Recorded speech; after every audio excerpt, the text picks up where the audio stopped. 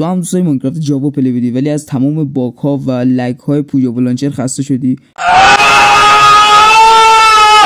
پس عزیز دل این ویدیو برای تو، تا آخر ویدیو بشین نگاه کن که اومدم یک نرم افزاری برات معرفی کنم که لگ و باگی نداره و لگش پایین ترین حد ممکنه و برای دیوایس های ضعیفه. سلامی بسیار صمیمانه به تمام ویورهای گل که این ویدیو رو نگاه میکنن. امروز این نرم افزار براتون آوردم که سطحیش پوجابو لانچر رو میزنه. کلا پوجابو لانچر رو پاک کنید بره دیگه، تو گوشتون نباشه، به درد نمیخوره پوجابو لانچر با این همه باگ و لگ.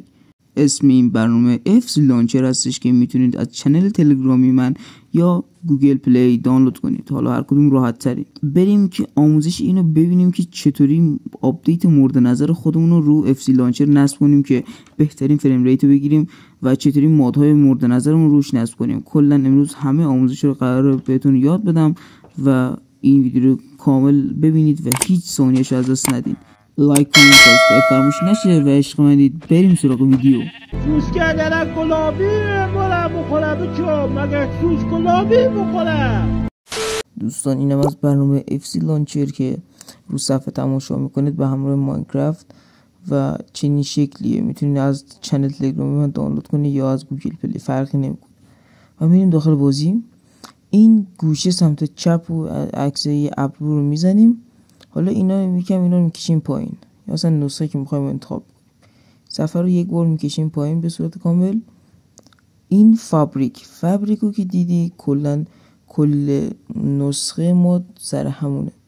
ما روی فابریک مورد نظر رو میزنیم. مثلا من الان 1.6 رو میخوام دانلود، 1.21 رو میخوام دانلود کنم و اینجا رو دکمه دانلود رو میزنم.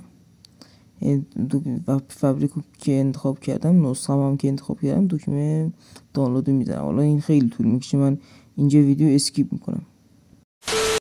خب دوستان اینم از ماینکرافت 1.21 نسخه شو کنار پایین نو اکانت میبینیم. نو اکانت برای اکانت های مایکروسافت. الان ببینید که من دارمش، میتونم پاکش کنم و این نسخه دیگه نصب کنم و در این بخش و دکمه اکسیکیوت جا رو که برای اد کردن فایل شیدر، ادون، مودهای مختلف و حتی تکسچر پک های مختلف اینا هستش که مثلا از هر بخش که دانلود کردید همون گوشه رو میزنید و داخل گیم لحاظش میکنید.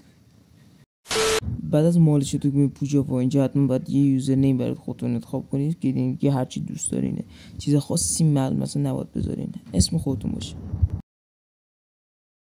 خب دکمه لاگین رو میزنین و الان دیگه وارد بازی میشه. اینم خودتونه یا مثلا همون کاستومایزتونه که دکمه صفحه رو میتونین تکون بدین و کلی گزینه های دیگه هست که حتما به درتون میخوره. خب دوستان من یکم سرعت ویدیو رو بیشتر کردم که بتونم زودتر آموزش بدم. اونجا به خط بزرگ انگلیسی نوشته جاوا ادیشن، پس دیگه خیالتون راحت باشه. خب ما اینجا میذاریم اد سرور رو میزنیم و کلی کارا چیزا خاصی انجام نمیدیم، فقط میخوایم با جزئیات بهتون یاد بدیم. این اد سرور رو میزنیم و کریت نیو ورد رو میزنیم.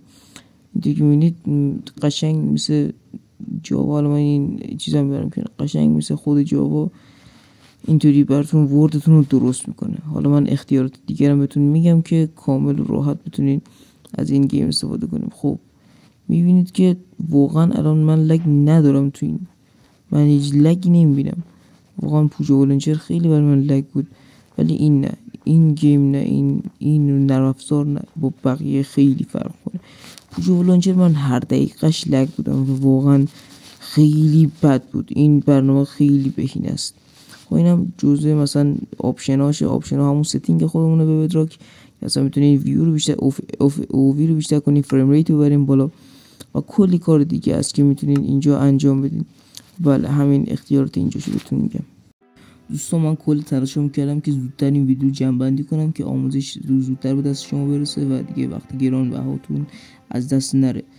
و خیلی خوشحالم که تا اینجا منو حمایت کردین. مرسی از این 100 سابسکرایب که هر روز وقتی میبینم بهم انرژی میدن و بذارین که خانواده‌مون بزرگ شه و یه خانواده بزرگتری تشکیل بدیم. پس قبل اینکه ویدیو رو تموم کنم لایک، کامنت، سابسکرایب فراموش نشه و مرسی که از اول تا آخر ویدیو در اینجا همراه من بودی و خدا نگهدار شما.